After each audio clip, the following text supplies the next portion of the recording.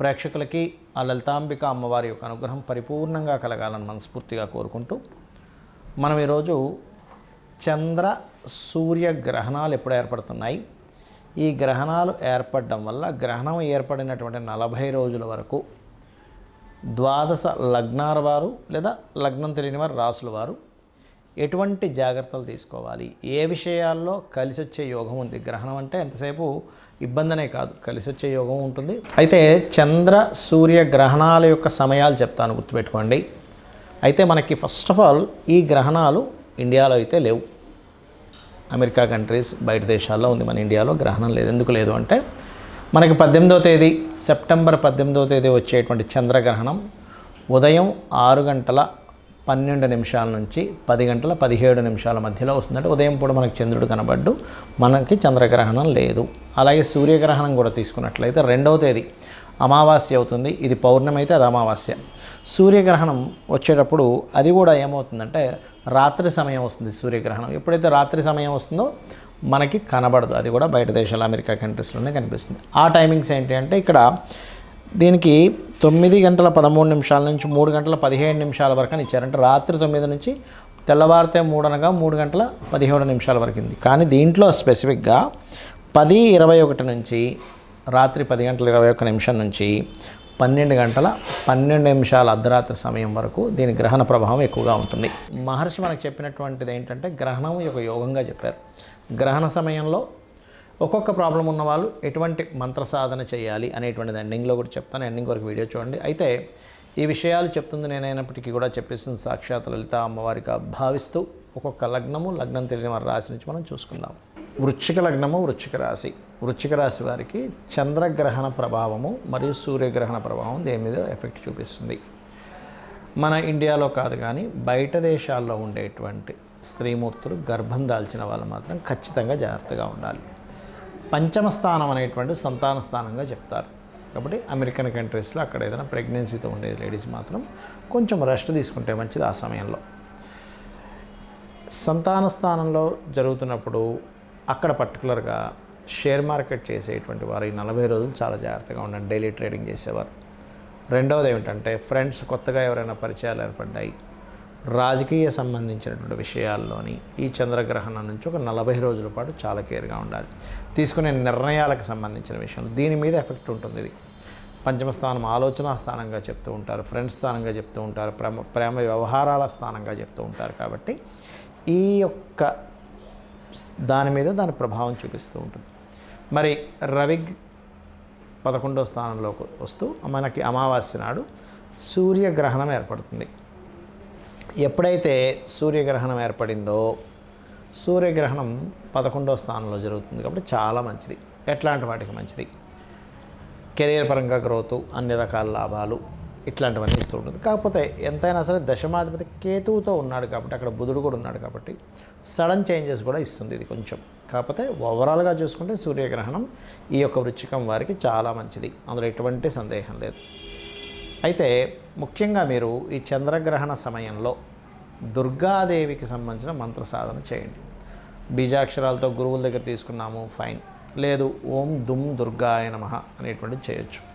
అంతేగాని ఎక్కడో నెట్లో చూసేసి బీజాక్షరాలు తీసుకొని చేయకూడదు. గురువుల సమక్షంలో తీసుకున్నవే బీజాక్షరాలు ఎప్పుడైనా సరే చేయాలి.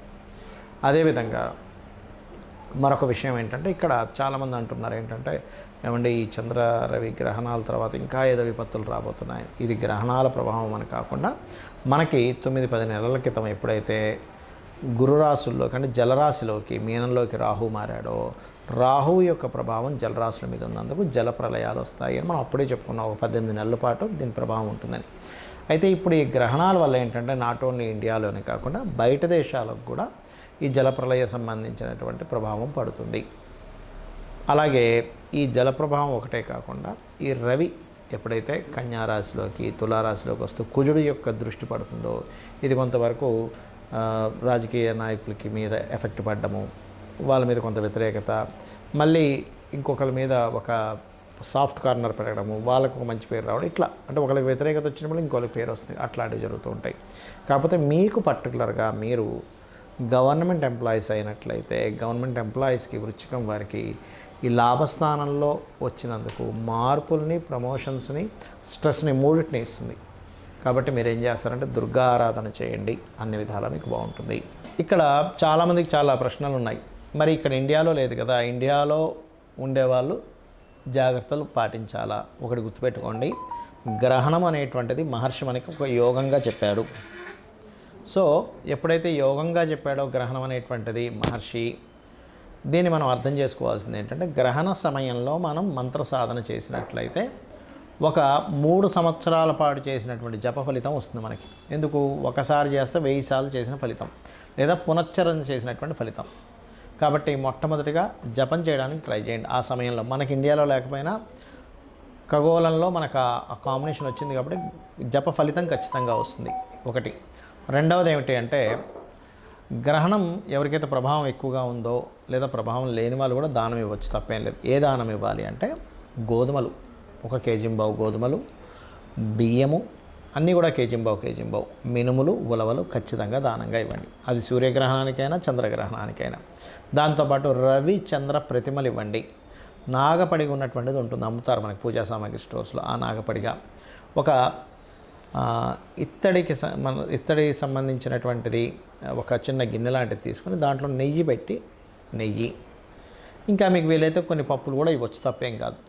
వీటిని ప్రధానంగా మీరు గ్రహణం రోజు కానీ తర్వాత రోజు కానీ మీరు మీకు దగ్గరలో ఉండే ఆలయంలో ఉండే పురోహితులకి మంత్రసహితంగా ఇవ్వాలి.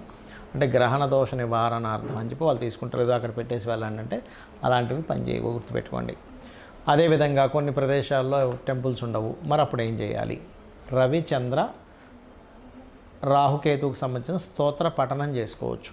లేదా ఓం సూర్యాయ నమః, ఓం చంద్రాయ నమః, ఓం రాహవే నమః, ఓం కేతవే నమః అని కూడా చేసుకోవచ్చు, అందులో ఎటువంటి సందేహం లేదు. అయితే ఇక్కడ కొంతమందికి స్పెసిఫిక్గా కొన్ని ప్రాబ్లమ్స్ ఉంటాయి. అంటే అలాగా అప్పులు ఎక్కువగా ఉన్నాయి, కన్నా రాశి లగ్నం ఏమీ తెలియదండి, ఆ సమయంలో నేనేం చేయాలి? సూర్యగ్రహణం ఆ చంద్రగ్రహణ సమయంలో అనుకున్నప్పుడు ఓం అపర్ణాయై నమః అనే మంత్రాన్ని త్రికరణ శుద్ధిగా మంత్రం మీదే ధ్యాస పెట్టి మంత్రాన్ని ఆస్వాదిస్తూ చేయండి. ఖచ్చితంగా మీకు ఉండేటువంటి అప్పుల బాధలు, మీకు కొత్త అవకాశాలు వచ్చి ధనం అభివృద్ధి పెరిగి అప్పులు తీరుతాయి. నాకు అప్పులు లేవు కానీ ధనాభివృద్ధి కావాలండి అంటారు కొంతమంది. అలాంటి వారు చాలా నామాలు ఉన్నాయి, లలిత సహస్రనామాల్లో 2 చెప్తాను చూడండి. ఓం సంపత్కరీ సమారూఢ సింధుర వ్రజసేవితాయై నమః. అదేవిధంగా ఓం ధర్మాధ్యక్ష ధనాధ్యక్ష ధన ధాన్య వివర్ధినియై నమః. ఈ 2 చేసుకోవచ్చు. ఉద్యోగం రావట్లేదు, దీనికి కూడా చాలా ఉన్నాయి కానీ 2 చెప్తాను. ఏమిటంటే అవి ఓం శ్రీమాత శ్రీ మహారాజ్ఞి శ్రీమత్ సింహాసనేశ్వరి నమః, ఓం మాణిక్య మకుటాకార జానుద్వయ విరాజితాయై నమః. ఈ 2ట్లో ఏది చేసుకున్నా మీకు ఉద్యోగ ప్రాప్తి కలుగుతుంది. మరి అనారోగ్య సమస్యలు ఉన్నాయండి, క్రీం అచ్యుతానంత గోవింద లేదా ఓం సర్వవ్యాధి ప్రశమని సర్వమృత్యు నివారిణి అగ్రగణ్య అచింత్య రూప కలికల్మషనాశిని.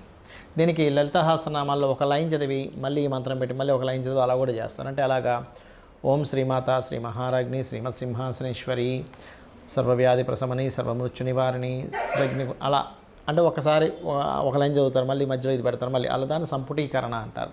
అలా చేస్తే కూడా చక్కటి ఫలితాలు వస్తాయి.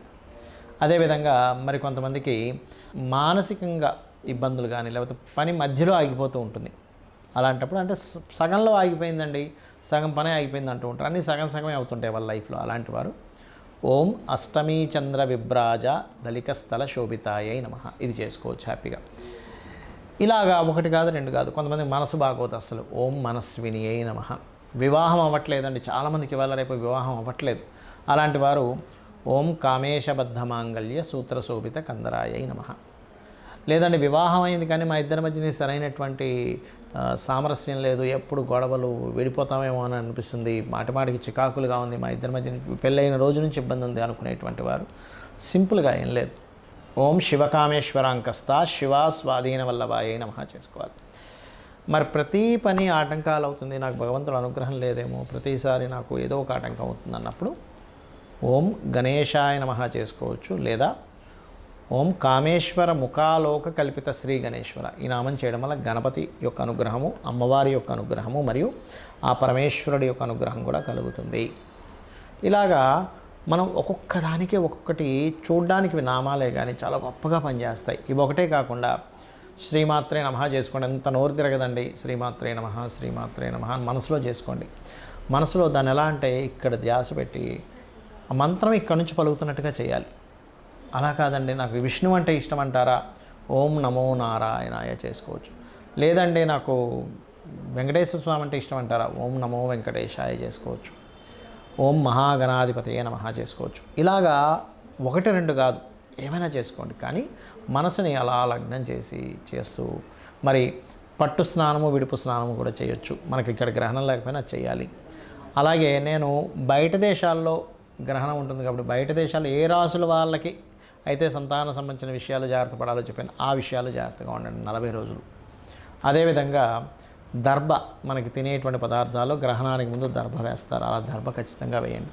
ఇవి గనక పాటించినట్లయితే గ్రహణం అనేటువంటి దాన్ని ఒక యోగంగా భావిస్తూ మీరు చేసినటువంటి మంత్రము ఒకసారి చేస్తే 1000 సార్లు చేసిన ఫలితం రావడం వల్ల మీ పాపకర్మ దగ్ధమవుతుంది. అయితే ఒక్కటి గుర్తుపెట్టుకోండి, జపం చేసేటప్పుడు ఖచ్చితంగా పంచె కట్టుకోండి.